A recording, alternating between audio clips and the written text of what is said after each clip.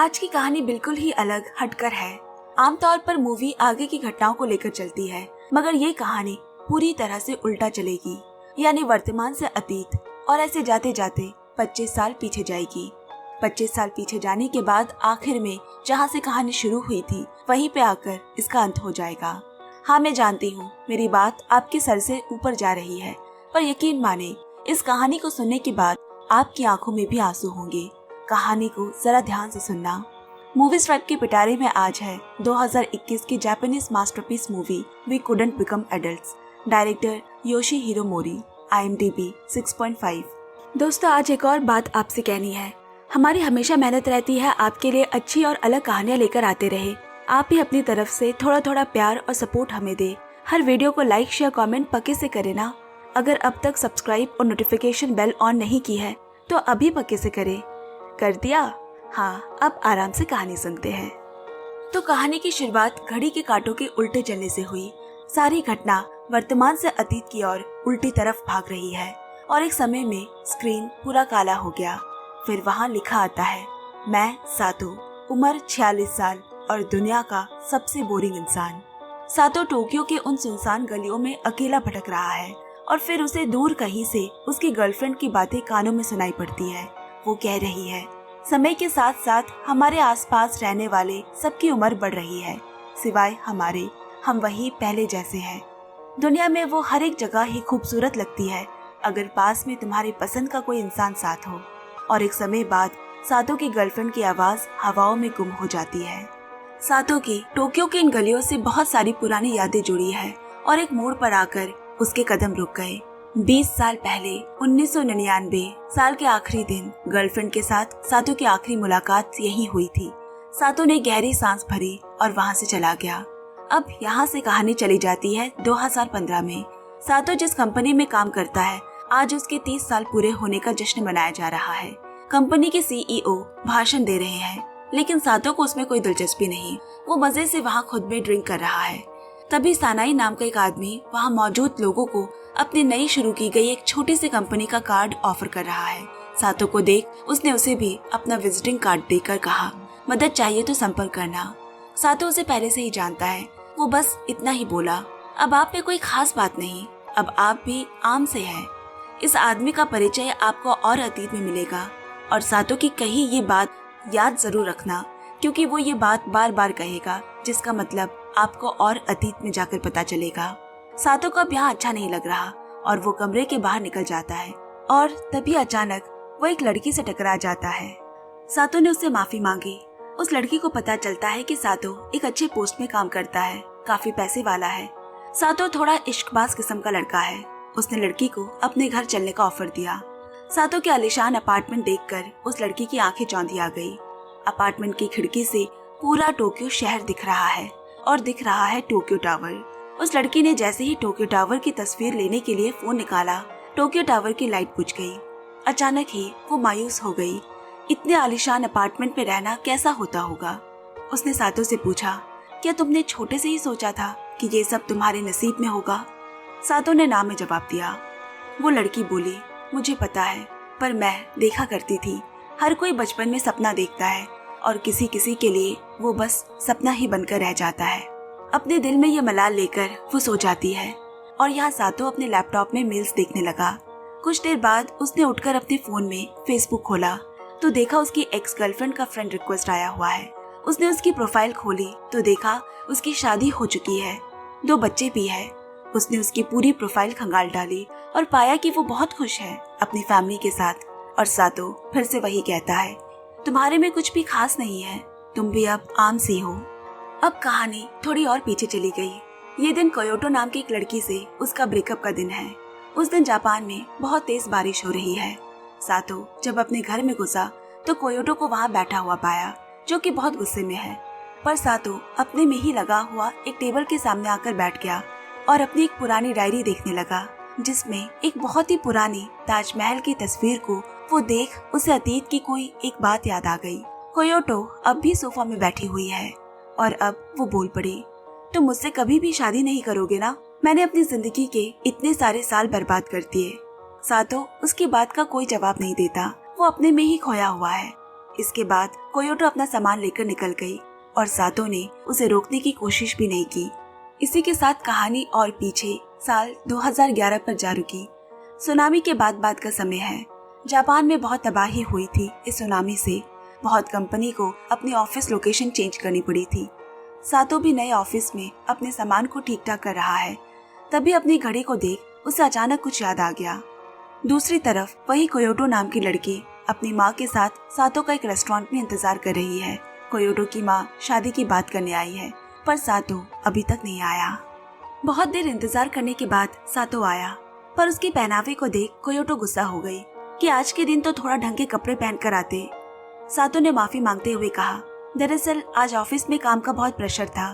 Kyoto की माँ ने हंसकर बात को वहीं खत्म कर दिया। तभी सातो को ऑफिस की तरफ से कॉल आया और बात करते करते वो बिना कुछ बोले ऑफिस के लिए निकल पड़ा। कोयोटो उसका पीछा करते हुए उसे रोकती है। सातो उसे इग्नोर करने लगा। सातो ने उसे प्रॉमिस किया कि वो इसी समय कल दोबारा मिलेगा और सातो को दूर तक जाते हुए कोयोटो बस देखती रह गई। अब कहानी 3 साल और पीछे 2008 में पहुंची। सातो को कुछ वक्त हो चुके हैं इस ऑफिस को ज्वाइन किए। वो अपनी लाइफ, अपनी करियर को लेकर बहुत व्यस्त है। उसी कंपनी में उसका एक दोस्त काम करता है, केंटा। एक दिन उसकी एक छोटी सी भूल की वजह से बॉस उसे अपमान करके नौकरी से निकाल देता है। आखिरी बार दोनों दोस्त साथ में सिगरेट पी रहे हैं। सातो बोला, तुझे बॉस से माफी मांग लेनी चाहिए थी। केंटा बोला, तुझे पता ही है कि मुझे ये नौकरी वैसे भी नहीं करनी थी। अच्छा ही हुआ एक तरह से। तो तुमने सोचा है कि आगे क्या करोगे? सातो ने पूछा। जवाब में केंटा ने कहा, मेरा सपना बहुत पहले से ही बिजनेस करने का सोचा है। अब मैं अपने सपनों को पूरा करूंगा। तुम्हें भी ये नौकरी छोड़ देनी चाहिए, वरना ऐसी ही उम्र भर गुलामी सहनी पड़ेगी। सातो बोला, मुझे तो इसके अलावा और कोई दूसरा काम भी नहीं आता। मेरे तो कोई सपने नहीं है। केंटा ने उसे याद दिलाया, तुम तो एक लेखक बनना चाहते थे ना, और कुछ साल पहले तो तुमने एक किताब भी लिखनी शुरू की थी। सातो बोला, मैं सिर्फ 2 ही पन्ने लिख पाया था, उसके बाद मुझे कुछ सूझा ही नहीं। केंटा ने उसे दोबारा लिखना शुरू करने को कहा, वरना अफसोस करने के अलावा और कुछ नहीं बचेगा। उसी दिन वापस कमरे में आकर सातो लिखने बैठा, जो की थी उसके ही खुद की प्यार की कहानी। वो उस लड़की को दुनिया में सबसे ज्यादा प्यार करता है। उस सातो और आज के सातो में बहुत फर्क है, इसलिए आज का सातो कुछ लिख नहीं पा रहा। सातो की आंखें भर आई और बस इतना ही कहा, मैं पुराने सातो को बहुत याद करता हूँ। फिर कहानी और अतीत में चली गई। साल है 2000। सातो की पढ़ाई पूरी हो गई है। वो सारा दिन दोस्तों के साथ घूमता फिरता है। आज एक नाइट क्लब में उसकी नजर जूरी नाम की एक लड़की पर पड़ी, जो क्लब में बारटेंडर का काम करती है। और तभी क्लब में एक बहुत बड़ा गैंगस्टर आया। आप इसे पहले भी देख चुके हैं। जी हाँ, ये वही सानाई है, जो सातो की कंपनी के 30 साल पूरे होने की पार्टी में उसे अपना विजिटिंग कार्ड दिया था। आज सानाई क्लब में सभी को मुफ्त में शराब पिला रहा है। सातो के दोस्त भी पी रहे हैं। तभी वहाँ सानाई कुछ लड़कियों के साथ आया और सातो का मजाक उड़ाना, अपमान करने लगा। सातो वहाँ से उठकर वॉशरूम चला गया। जब वापस निकला तो उसे कोने में वही लड़की जूरी और गैंगस्टर सानाई किस करते हुए नजर आए। ये देख सातो का दिल टूट गया, क्योंकि उसे जूरी पसंद आ गई थी। वो दोबारा दोस्तों के पास न जाकर क्लब के बाहर बैठा है। कुछ देर बाद जूरी बाहर आई और सातो को वहाँ देख उसके बगल में आकर बैठ गई। वो समझ चुकी थी कि सातो को बुरा लगा है। अब दोनों आपस में बात करते हैं, एक दूसरे को जानने की कोशिश करते हैं। थोड़े ही दिनों में दोनों अच्छे दोस्त बन गए। अपना अपना काम खत्म करने के बाद दोनों मिलते, साथ में सातो के दोस्त भी रहते। उन्होंने भी जूरी को अपना लिया है। रोज उनका यहाँ अड्डा जमता है। एक दिन जूरी ने बहुत ज्यादा पी ली। सभी ने सातो को उसे घर छोड़ाने को कहा। रास्ते में जूरी की हरकतें, उसकी पागलपंती सातो को बहुत अच्छी लगती है। इसी बीच जूरी ने सातो से अपने दिल की बात कह दी। सातो ने भी उसे हाँ कर दी। अब दोनों जूरी के फ्लैट में ही साथ रात गुजारने वाले होते हैं कि तभी जूरी को फोन आया, पर ना जाने क्यों वो फोन नहीं उठाना चाहती, पर आखिरकार उसे फोन उठाना ही पड़ा। फोन की दूसरी तरफ से एक आदमी ने उसे कुछ कहा। जूरी ने बस जवाब में इतना ही कहा, हाँ ठीक है, भेज दो। अब बड़े उदास मन से जूरी ने सातो से कहा, मुझे एक काम करना है। सातो बोला, क्या इतनी रात को भी तुम बार में काम करती हो? फिर जूरी ने कहा, नहीं, मेरा काम यहीं पर है। और थोड़ी देर तक वो चुप रह गई। वो बोली, दरअसल ये फ्लैट मुझे सानाई ने ही दी है, जिससे वो यहाँ अपने कस्टमर भेज सके। अब तो तुम्हें पता चल ही गया होगा कि मैं कौन से काम की बात कर रही हूँ। तुम बिल्डिंग के नीचे मेरा इंतजार करना, काम हो जाने पर मैं तुम्हें फोन करूंगी। अब सातो अपनी उसी डायरी से पुरानी ताजमहल की वही तस्वीर देख रहा है। जूरी अपना काम कर बैल्कनी में आई। वो अब तक सातो के बारे में भूल चुकी है, लेकिन फिर उसे बैल्कनी से सातो बैठा हुआ नजर आया। वो जल्दी से भागकर नीचे गई और सातो को कसकर गले लगाकर बोली, तुम मेरी जैसी लड़की के लिए अभी भी इंतजार कर रहे हो। इसके बाद दोनों ने ये हसीन पल साथ में बिताए। कुछ दिन बाद सातो ने टीवी पर सानाई की गिरफ्तारी की खबरें सुनी। जूरी ने उसे पुलिस के हाथों पकड़ा दिया था क्योंकि वो उससे जबरदस्ती गंदे काम करवाता था। अब सातो जूरी को फोन करने की बहुत कोशिश करता है, लेकिन इसके बाद से जूरी का फोन कभी नहीं लगा। एक बार फिर सातो डिप्रेशन में चला गया और इसके बाद साल और पीछे 1999 साल के अंत में आ गया। साल के आखिरी रात सातो अपनी गर्लफ्रेंड के साथ एक कमरे में समय बिता रहा है और यही वो लड़की है, सातो की जिंदगी का पहला प्यार, काओरी। सातो ने कहा, हमें एक साथ रहे बहुत साल हो गए हैं, अब हमें शादी कर लेनी चाहिए। कुछ देर चुप रहने के बाद काओरी ने कहा, शादी, बच्चा, परिवार, ये सब तो बहुत ही आम सी बात है, इसमें कुछ भी खास नहीं। हाँ, तुम सही कह रही हो। काओरी की ऐसी बातों से चोट पहुंचने के बाद भी सातो ने बस इतना ही कहा। अगले दिन एक प्यारी सी सुबह दोनों साथ में घूम रहे हैं और दोनों एक मोड़ पर आकर रुके, जिस मोड़ को हमने कहानी के शुरू में देखा था। और यहीं से उन दोनों के रास्ते अलग हो गए क्योंकि काओरी कभी शादी नहीं करना चाहती और यही उनकी आखिरी मुलाकात भी थी। कहानी एक साल और अतीत 1998 में पहुंची, जहां सातो को काओरी का एक खत मिला और साथ ही वही ताजमहल की तस्वीर जिसके पीछे लिखा है, अगर मुझे देखना चाहते हो तो यहाँ आ जाओ। दरअसल काओरी की इंडिया में एक बहुत ही बड़ी कंपनी में नौकरी लग गई है और इसी वजह से आने वाले साल 1999 में उसने सातो से अपना करियर बनाने के लिए ब्रेकअप किया। वो एक साल पहले ही अपनी जिंदगी का फैसला कर चुकी थी, लेकिन सातो उस दिन से उसके पहले प्यार काओरी की भेजी वो तस्वीर अब तक अपने साथ लिए घूमता है। अब कहानी एक और साल पीछे 1997 में आ गई। एक प्यारी सी सुबह है। सातो का ऑफिस उसी के ही बॉस के एक छोटे से अपार्टमेंट में होता है। सातो पेजर में काओरी का मैसेज देख नीचे फोन बूथ पे उससे बात करने गया। काओरी आज सारा दिन सातो के साथ बिताना चाहती है, उसके साथ डेट पे जाना चाहती है, पर सातो को आज काम का थोड़ा प्रेशर है। लेकिन काओरी ने आज पूरे दिन के लिए गाड़ी भाड़ा किया है। ये सुन वो चुप हो गया। उनकी ये सारी बातें सातो का बॉस सुन लेता है। सातो के कमरे में घुसते ही उसका बॉस बोल पड़ा, तुम्हें आज काओरी को समय देना चाहिए, यहाँ की चिंता मत करो, मैं सब संभाल लूंगा। और इसके बाद सातो और काओरी निकल पड़े एक अनजान सफर की ओर। ऐसे सफर का वो कई दिनों से इंतजार कर रहे थे। दोनों बहुत ही मस्ती मजाक गाना सुनते हुए शहर से दूर गांव की ओर सफर तय कर रहे हैं। रात हुआ आई। सातो बोला, मुझे विदेश जाने का बहुत मन है, जिस पर काओरी ने कहा, दुनिया की वो हर एक जगह ही खूबसूरत लगती है अगर पास में तुम्हारी पसंद का कोई इंसान साथ हो। और आपको याद है कहानी के शुरू में काओरी की यही बातें सातो के कानों में गूंज रही थी। पूरी रात खुले मैदान में बिताने के बाद सुबह की धूप खिली। सातो बहुत पहले ही उठ चुका है और प्यारी सी सोती हुई काओरी की तस्वीरें ले रहा है। थोड़ी देर में काओरी की भी नींद खुली और बाहर का नजारा देखकर वो खुद को रोक ना पाई। खेतों के बीच से जाते रास्तों पर वो दौड़ने लगी। यहाँ सातो काओरी के उन खुशी के पलों को कैमरे में कैद कर रहा है। दोनों साथ अपनी जिंदगी के वो बेहतरीन पल जी रहे हैं और इसी के साथ कहानी हमें पीछे 1995 साल पर ले आई। सातो की जिंदगी में पहले प्यार से मिलने की कहानी कैसे शुरू हुई थी, आप भी जानना चाहेंगे। इधर काम के ब्रेक में सातो अपने करीबी दोस्त के पास आकर बैठ गया। उस समय अखबारों में लोग अपने जैसे दोस्त की तलाश के लिए विज्ञापन छापते थे। उसका दोस्त वही पढ़ रहा है। एक लड़की ने लिखा है, वो एक ऐसे इंसान को तलाश रही है जिसका पसंदीदा सिंगर मेरे पसंदीदा से मैच करे।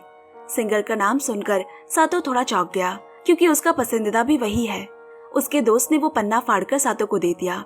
घर पर बहुत देर सोचने के बाद उसने एक चिट्ठी लिखी। एक दिन शाम को सातो के लेटर बॉक्स में एक रंगीन कागज में चिट्ठी मिली। दौड़कर वो अपने कमरे में गया और चिट्ठी को देखने लगा। हाथों से बड़े ही प्यार से बनाया हुआ है। इसके बाद बड़ा ही खुश सातो ने उस चिट्ठी को सुरक्षित जगह रख दिया, जो 25 साल बाद आज भी उसी हालत में मिलेगी।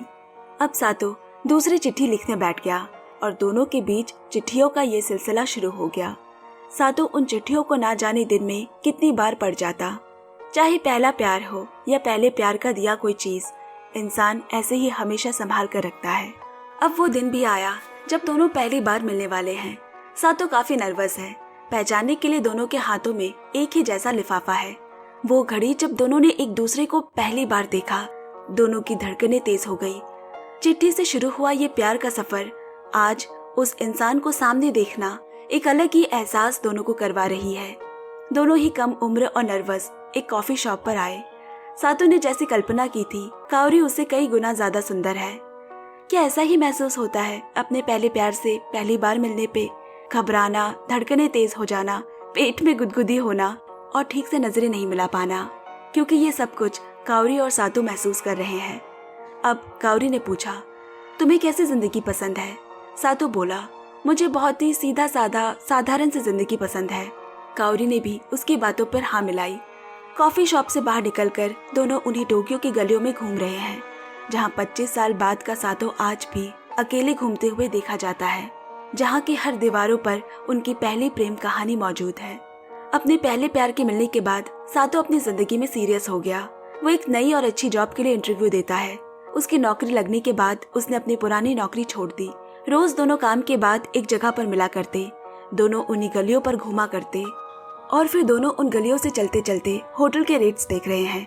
साथ समय गुजारने के लिए वहाँ काफी अच्छे अच्छे होटल्स मिलते हैं, जिनके कमरे ना बहुत ही काल्पनिक तरीके से सजे हुए होते हैं, जो आपको दुनिया के परे ले जाएगी। एक होटल उन्हें काफी सस्ता मिलता है, लेकिन संकोच से दोनों कुछ कह ही नहीं पा रहे, मगर काओरी को कमरा देखना है।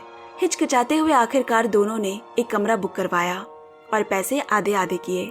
सातो बड़े ध्यान से कमरा देखता है, बिल्कुल ही काल्पनिक है।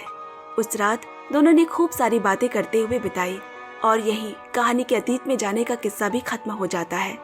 कहानी आज में आ गई, साल 2020।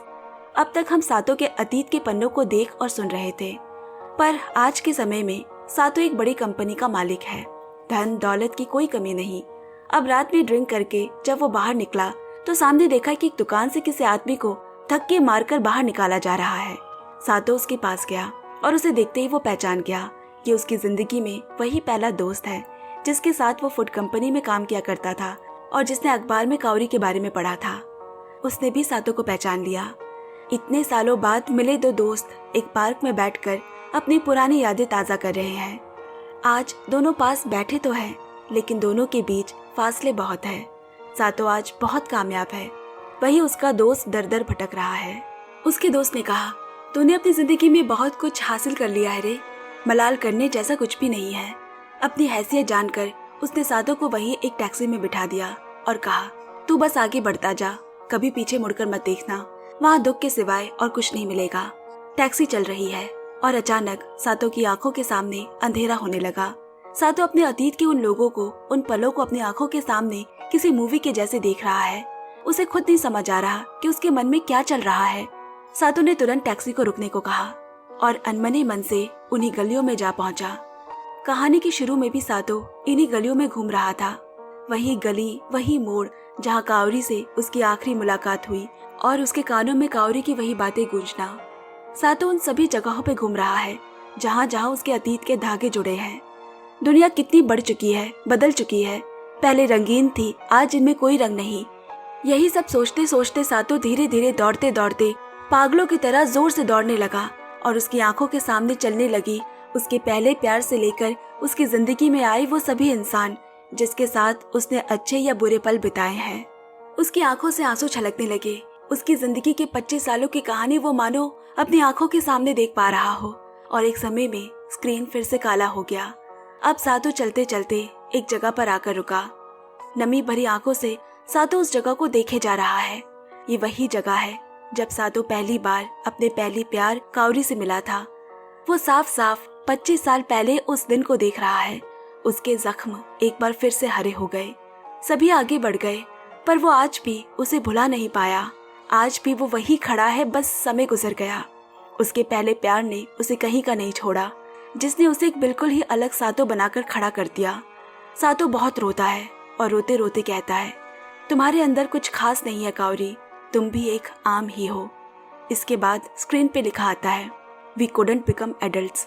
अच्छा ही होता कि अगर हम कभी बड़े ना होते, क्योंकि बड़े होने के बाद जो तकलीफ, जो दर्द हमें मिलता है, उसे हमें सारा जीवन ढोना पड़ता है।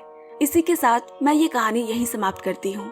लेकिन जाते जाते मुझे आप लोग कमेंट्स में जरूर बताना कि आपका कभी ऐसा अनुभव रहा आपके पहले प्यार के साथ, या आप उन खुशनसीब में से हो जिन्हें अपना पहला प्यार मुकम्मल मिला हो। आपके कमेंट्स का इंतजार रहेगा। धन्यवाद। अच्छा लगे तो लाइक शेयर कमेंट पक्के पक्के से करें। फिर लौटेंगे एक और नई कहानी के साथ। सुनते रहिए, सुनाते रहिए movies drive. Bye bye friends, love you and take care.